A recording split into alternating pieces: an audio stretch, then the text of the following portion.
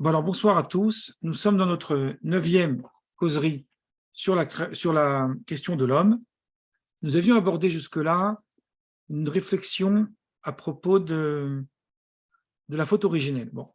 Cette idée de la faute originelle va nous poursuivre toute l'année, mais on a fini avec cette catégorie de réflexion, avec ce chapitre, on va dire, qui consiste à dire que la conscience humaine de la faute, de la transgression, et l'idée que l'homme est perfectible et qu'il doit réparer ses erreurs est constitutive, en fait, de la faute originelle. C'est-à-dire qu'il faut absolument qu'il ait mangé la pomme pour qu'il puisse s'humaniser. Bon, ça, c'est ce que nous avons expliqué longuement. On a rapporté pas mal de preuves à ce sujet. Maintenant, nous allons aborder une autre question. C'est la question de savoir qu'est-ce que c'est, au fond, cette idée de conscience humaine. De quoi parlons-nous lorsque nous parlons de conscience humaine?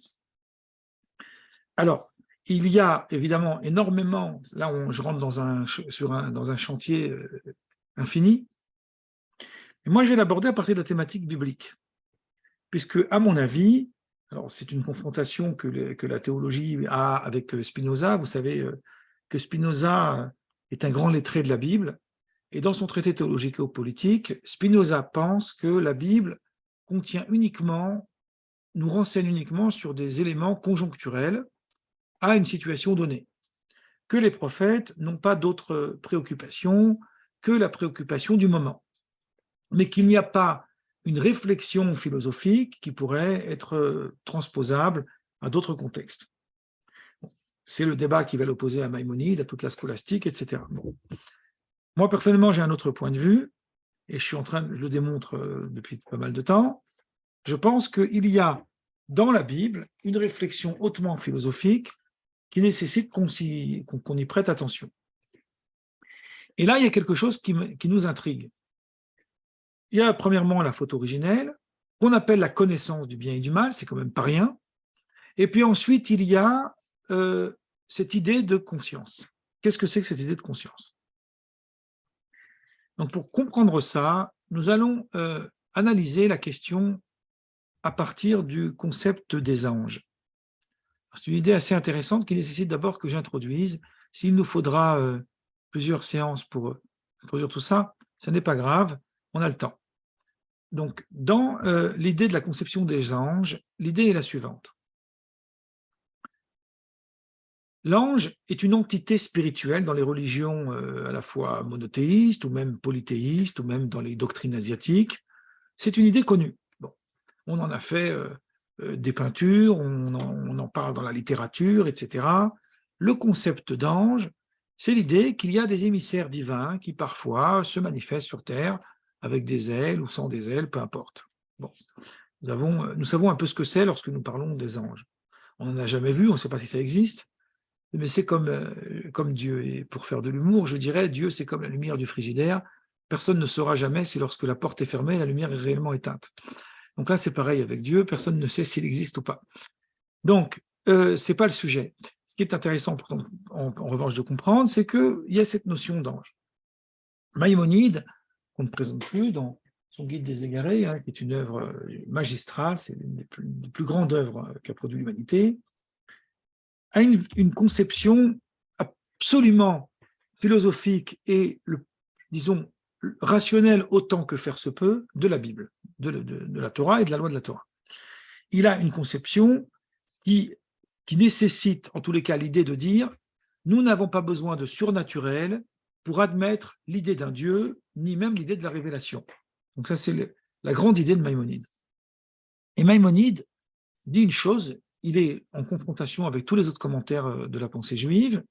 Il dit dans le Guide des égarés, dans le chapitre 42 du deuxième chapitre, de deuxième partie, il dit qu'il n'y a pas de concept d'ange visible à l'échelle humaine. Autrement dit, tous les textes bibliques qui relatent un récit, on va en parler un peu tout à l'heure, et on en parlera aussi dans nos causeries de la Bible autrement, qui relatent un récit qui laisse entendre une apparition d'ange, n'est en réalité rien d'autre qu'un songe, un rêve. une idée que l'homme se fait, mais il n'y a pas de personne qui pourrait habiter un corps physique et qui serait un ange. Donc, par exemple, pour Maïmonide, il n'y a jamais eu 3 anges, pour ceux qui connaissent un peu la Bible, qui sont allés voir Abraham un pour lui annoncer qu'il allait avoir un fils, un autre pour détruire Sodome, etc. Et il n'y a jamais eu de combat d'anges entre Jacob et l'ange, le fameux combat de l'ange. Pour Maïmonide, il n'y a jamais eu ça, c'est pas arrivé. Alors, il ne dit pas que ça n'est pas arrivé parce que d'un point de vue historico-critique, ce sont que des allégories. Maïmonide ne connaît pas l'historico-critique, ce qui est un peu logique. On est au XIIe siècle. Mais Maïmonide dit que ça n'est pas arrivé parce que, selon lui, même d'un point de vue de la Bible, c'est un songe, c'est un rêve. J'ouvre une parenthèse que je refermerai tout de suite, mais ça reste une parenthèse intéressante. C'est que dans la Bible, on ne voit pas que Abraham, par exemple, lorsque il va pour sacrifier son fils, il reçoit un message divin. Et le Coran dit, étrangement, lorsqu'il raconte ce récit, il dit qu'Abraham est allé solliciter son fils et il lui a dit « j'ai fait un rêve ». Donc c'est intéressant de voir que dans le texte biblique lui-même de la Torah, il n'y a pas cette notion de rêve ici, dans ce passage, et le Coran le dit. Donc voilà, vous voyez, quand on fait des similitudes comme ça, on trouve des choses intéressantes. Donc je voudrais revenir sur le sujet des anges. Qu'est-ce que c'est qu'un ange d'un point de vue de la conception de Maïmonide? C'est une idée philosophique. Pour comprendre cette idée philosophique, il faut revenir à l'étymologie du sens du mot. Alors, angelus, en grec, c'est l'idée de messager. Hein, ça, vous connaissez tout ça mieux que moi. Et en hébreu aussi, malach, c'est un messager. Ça veut dire que c'est celui qui doit remplir une mission. Je donne par exemple, donc malach c'est ange en hébreu. Je donne par exemple une mission à quelqu'un, il devient mon ange en quelque sorte. Donc, l'idée d'ange, c'est un messager. Or, un messager, un homme, pardon, peut aussi être un messager. Un homme peut être un messager. Si, par exemple, moi, je veux donner à quelqu'un une mission, il va faire cette mission, hein, dans les entreprises, ça se fait tous les jours, et il est un messager. Ou bien, par exemple, j'ai reçu un recommandé accusé de réception, il faut que j'aille le chercher, j'ai le droit d'envoyer quelqu'un à ma place. Il va aller chercher l'accusé de réception, puis il va signer l'accusé de réception, et puis il n'y a pas de problème. C'est comme ça que ça marche. Donc ça veut dire que, en fait, ce n'est pas une idée spécifique aux anges. Donc pourquoi on les appelle des messagers spécifiquement? Et pourquoi l'homme, qui a une mission à remplir sur la terre, ne serait-il pas lui aussi un messager? Donc ne serait-il pas lui aussi un malach? Qu'est-ce qui les distingue? Donc on va comprendre que ce qui les distingue, c'est l'idée du messager par rapport à l'idée de l'homme. C'est-à-dire on est dans des idées philosophiques, d'ordre philosophique. Voilà encore une notion philosophique qu'on retrouve dans la Bible. La notion d'ange est une notion spécifique à une créature qui est créée pour accomplir une tâche. Une fois cette tâche terminée, l'ange n'est plus nécessaire. Il ne sert plus. On n'a plus besoin de lui, on pourrait dire. Donc, on va aborder ensemble, pour mieux comprendre cette idée, on va aborder ensemble le récit, excusez-moi, pardon, le moment où Adam va nommer les animaux. Je vous partage ce passage biblique assez énigmatique. On va essayer d'étudier ensemble. Vous avez ici, dans la Bible, alors ça on n'en a pas besoin, ce texte, nommer les animaux. Donc je vais vous lire quelques versets de Genèse 2, du verset 19 au verset 23. L'Éternel Dieu forma de la terre tous les animaux des champs et tous les oiseaux du ciel, et il les fit venir vers l'homme pour voir comment il les appellerait, et afin que tout être vivant portât le nom que lui donnerait l'homme. Cette phrase est absolument importante. Tous les êtres vivants portent le nom que l'homme donne. Et l'homme donna des noms à tout le bétail, aux oiseaux du ciel et à tous les animaux des champs. Mais pour l'homme, il ne trouva point d'aide, semblable à lui. Autrement dit, il ne trouva pas de créature qui puisse lui ressembler. Alors l'Éternel Dieu fit tomber un profond sommeil sur l'homme, qui s'endormit. Il prit une de ses côtes et referma la chair à sa place. L'Éternel Dieu forma une femme de la côte qu'il avait prise de l'homme, et il l'emmena vers l'homme, et l'homme dit, voici cette fois, qui est os de mes os, et chair de ma chair, on l'appellera femme. Donc, on va comprendre ici une chose intéressante. Dans le sens premier du texte que vous avez devant vous, il est clair que Dieu crée le monde par couple. Les animaux sont créés par couple. Tous les animaux sont créés par couple dans la Genèse. Sauf l'homme, il est créé tout seul. Alors vous avez l'homme mâle et femelle. Ça, je vous invite à voir mes vidéos l'année dernière, on en a longuement parlé. On en reparlera un petit peu plus tard à propos de ce concept des deux Adams, parce que c'est complètement lié à notre cours. Mais pour l'instant, ce n'est pas notre sujet. Sachons, on doit uniquement poser comme idée qu'il y a deux Adams dans la Bible. Le premier, il est mâle et femelle, mais le deuxième, il est mâle, simplement mâle, uniquement. Et là, les versets qu'on est en train de lire, ça parle du deuxième Adam. Le deuxième par rapport au récit. Le premier, il est mâle et femelle, il n'y a pas de coupure, il est mâle et femelle collés, ça reste comme ça jusqu'à la fin, il n'y a pas de... Nulle part la Torah nous raconte que Dieu a séparé les deux corps, c'est une idée reçue qui est fausse. Et là, l'homme, il est créé masculin, il n'y a pas de femme à ce moment-là.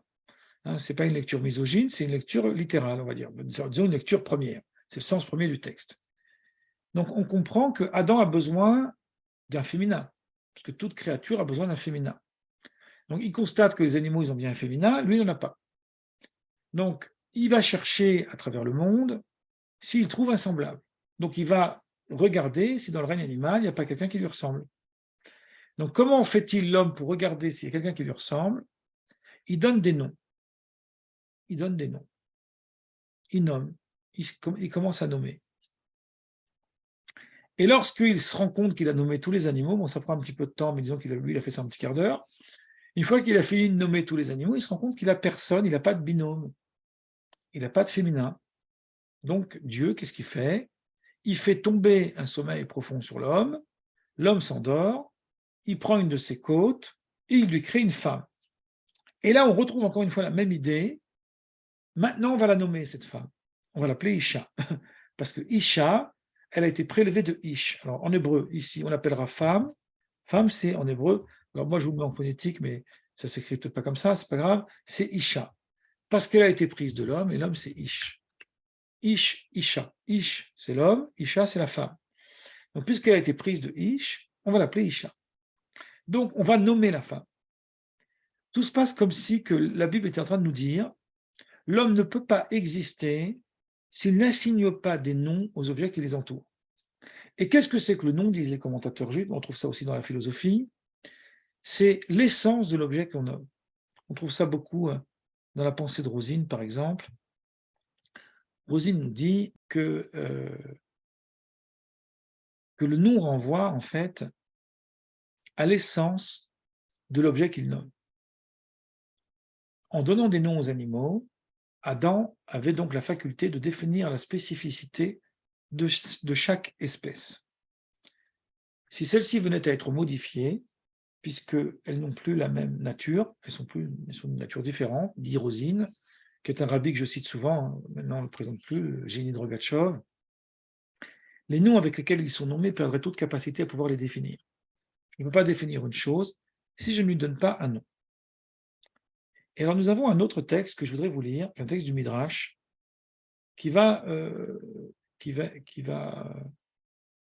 nous aider à comprendre ce que j'essaie de vous dire ici. En gros, ici on comprend que Adam, pour pouvoir comprendre le monde qui l'entoure et comprendre ce qui lui est nécessaire, il a besoin d'abord de nommer les choses. C'est en assignant un nom aux choses qu'il les fait exister, en tous les cas qu'il les fait exister pour lui. Alors, je vais partager une nouvelle fois l'écran avec vous. Par rapport à ce petit texte que je voudrais vous lire, un texte du Midrash, c'est tiré des Mille et une merveilles, mais enfin, c'est mon petit livre de la sagesse juive, mais là vous avez le texte en entier. Lorsque le Saint béni soit-il, donc le Midrash, quand il parle du Saint béni soit-il, il veut dire Dieu, décida de créer l'homme, il prit conseil auprès des anges de service et leur dit, faisons l'homme. Donc rappelez-vous, on est en train de parler de la différence conceptuelle, puisqu'on est dans une idée philosophique, qu'il y a entre l'homme et les anges. Alors vous avez le fameux « faisons l'homme », Naaseh Adam, faisons l'homme à notre image, à notre ressemblance, qui a longuement été glosé un peu partout pour comprendre, mais comment se fait-il que Dieu dit faisons l'homme s'il est unique? Alors, le Midrash, qui est la littérature juive rabbinique la plus reconnue, hein, ce texte existe en français dans cet ouvrage, je vous avais déjà montré, je crois, Midrash Rabbah aux éditions Verdier. Il dit faisons l'homme, Naaseh Adam à notre image. Donc, Dieu s'est adressé aux anges, c'est pour ça qu'il dit faisons l'homme. Alors, les anges demandent à Dieu, cet homme-là, quelle est sa qualité? Il répondit, sa sagesse est plus grande que la vôtre. Et comment? Donc, il leur fait voir. Il fit alors défiler le bétail, les bêtes sauvages et les volatiles, et leur demanda de les nommer. Mais ils ne savaient pas. Donc, il demande aux anges, donnez un nom aux animaux. Et les anges sont incapables de nommer les animaux. Incapables. Très intéressant ce midrash. Donc, il les fit alors passer devant Adam, qui répondit, celui-ci c'est le taureau, celui-là c'est l'âne, celui-ci c'est le cheval, celui-là c'est le chameau, etc. Et toi, quel est ton nom lui demanda Dieu. C'est très littéraire, très presque puéril, mais c'est très profond. Moi, il faut m'appeler Adam, répondit l'homme, puisque j'ai été créé à partir de la terre. La terre, c'est Adama. Donc, il faut m'appeler Adam. Et moi, Dieu, quel est mon nom? Toi, il faut te nommer Adonai, le Seigneur. Ou ça peut être aussi mon maître, Adonai. Puisque tu es le Seigneur, Adon, c'est le maître absolu. Ce n'est pas le maître dans le sens celui qui enseigne uniquement. C'est un titre de révérence. De révérence. Adon de toutes tes créatures. Tu es le maître de toute la création. Ce texte du Midrash oppose l'homme à l'ange, donc on est dans une idée conceptuelle, à partir de la capacité de nommer les choses. Donc il y a quelque chose ici qui nous paraît étrange. Tout d'abord, on s'aperçoit que Adam nomme les animaux parce qu'il cherche une compagne. Il ne trouve pas de compagne parmi les animaux. Uniquement après les avoir nommés, il sait qu'il n'y en a pas, comme si qu'avant, ce n'était pas possible pour lui de le savoir. Étrange. Ensuite, une fois qu'il crée la femme, il nomme la femme, parce qu'il faut qu'elle ait un nom pour qu'elle existe. Et c'est une fois qu'il nomme la femme qu'il sait, voilà, maintenant je sais, je nomme la femme, donc elle est faite pour moi. Et ça continue depuis des milliers d'années. Et dans le Midrash, on voit que cette idée de faisons l'homme qu'on trouve dans la Genèse, que je viens de lire avec vous, est en réalité une conception philosophique qui définit la sagesse, ou on pourrait dire même la nature presque, de l'existence humaine, qui est supérieure d'un point de vue conceptuel à la nature de l'ange. Alors, cette idée-là, c'est l'idée que je voudrais expliquer maintenant dans ma leçon de ce soir. En fait, les anges ont une différence avec les hommes qui est essentielle. L'ange est un messager, rappelez-vous ce que j'avais dit avant. C'est un émissaire, c'est-à-dire qu'il doit répondre à une mission spécifique. S'il ne répond pas à sa mission, l'ange, il n'existe pas. Autrement dit, pourquoi il n'existe pas? Qu'est-ce qui nous fait dire qu'il n'existe pas sans sa mission? C'est parce qu'en réalité, contrairement à ce que tout le monde croit, l'ange n'est pas nommé. Il n'a pas de nom. Et on va voir pourquoi, d'où on sait qu'il n'a pas de nom. Pourquoi il n'est pas nommé? Vous allez me dire, ce qui est normal, je vous l'explique tout de suite pour éviter le suspense. Pourtant, il y a bien des anges qui sont nommés dans la Bible. Vous avez Gabriel, Raphaël, etc. Eh bien non, ce ne sont pas des noms. Ce sont des missions. Raphaël, par exemple, c'est le docteur, c'est l'ange de la guérison. Sa mission, c'est de guérir. C'est pour ça que l'ange Raphaël sert à ça. Et tous les anges, ils ont un nom qui n'est pas le nom de l'ange, mais qui est le nom de sa mission, de son rôle à jouer. Et je dis souvent, vous savez, la fameuse phrase de Descartes, « Je pense, donc je suis ». D'un point de vue de la Bible, il faudrait dire, non pas je pense donc je suis, c'est-à-dire je pense donc j'existe, parce que si j'existe pas, je ne peux pas penser. Donc si je pense parce que j'existe, eh ben, d'un point de vue biblique, on devrait dire avant de dire je pense donc je suis, c'est pas faux, je pense donc je suis, mais avant de dire je pense donc je suis, on devrait dire j'ai un nom donc j'existe. Je suis nommé donc j'existe. Par le simple fait d'avoir un nom, j'existe. Donc, d'où je sais maintenant, moi, l'arriviste du bord, que les anges ne sont pas nommés. Et bien ça aussi, c'est dans la Bible. C'est un autre texte que je vais vous faire voir. C'est un texte à propos du combat de l'ange.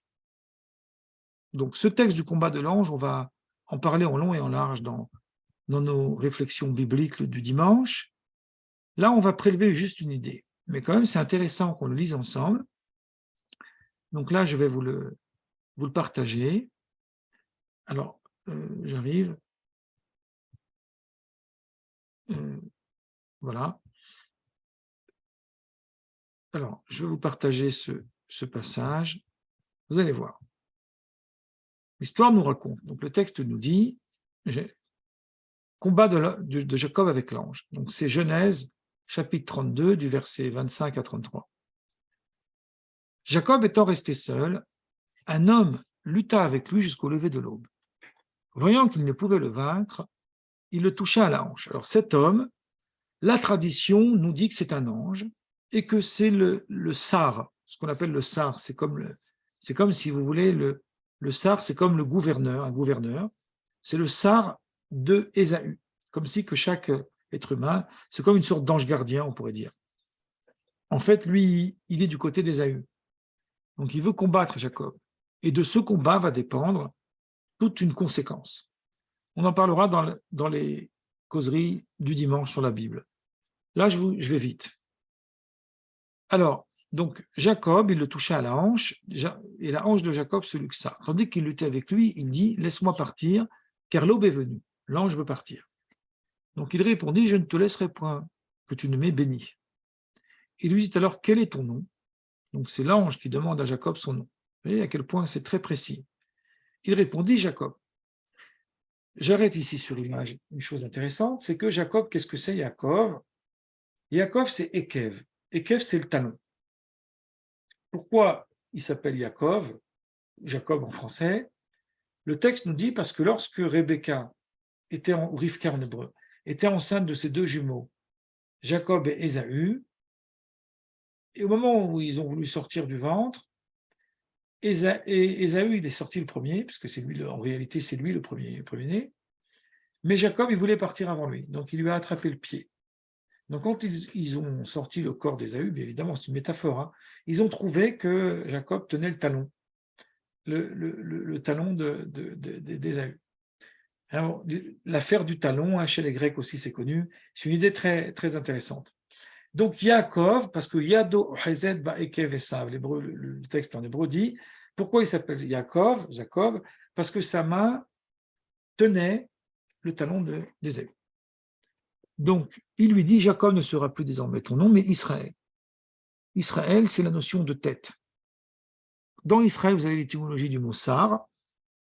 Sar, c'est justement cet ange qui a été, non pas déchu, mais qui a été vaincu par l'homme. Ça rejoint notre texte du Midrash, rappelez-vous, où le Midrash nous dit que l'homme est supérieur à l'ange. Et alors, plus tard, juste après, alors, Israël signifie car tu as dominé de Dieu et des hommes et tu as triomphé. Donc là, on a ici, cette idée est claire. Voyez la suite. Jacob l'interrogea en disant, quel est, je te prie, ton nom? On n'a pas besoin de lire jusqu'à la fin, ça suffira qu'on lit on peut lire jusque là. Voilà, et non, jusque là. Jacob l'interrogea en disant, quel est, je te prie, ton nom? Il répondit, pourquoi demandes-tu mon nom? Et il le bénit sur place. Donc il ne lui donne pas son nom. Cet ange n'est pas nommé.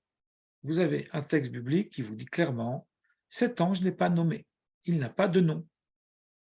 Alors j'avais dit juste avant que parce que j'ai un nom, j'existe. Donc l'ange n'existe pas s'il n'a pas de nom. Rappelez-vous. Voilà ce qu'on pourrait dire d'un point de vue philosophique. On n'a pas beaucoup de temps, Mais je vais essayer de conclure là ce point-là, puis après on prélèvera quelques idées pour la séance suivante. Ce qui distingue les anges des animaux, de l'être humain, ce qui les distingue profondément, c'est qu'on pourrait dire que chez l'être humain, l'être, je vais le dire dans un langage philosophique, précède la raison d'être. J'existe, après j'ai une raison pourquoi j'existe. Mais d'abord j'existe. Ensuite, j'ai une raison. L'être précède la raison d'être. Tandis que chez l'ange, c'est exactement le contraire. La raison d'être précède l'être. L'ange ne peut pas exister en dehors de sa mission. Donc, qu'est-ce que ça signifie? Ça signifie qu'il n'a pas de nom, parce qu'il faut d'abord exister, donc avoir un nom.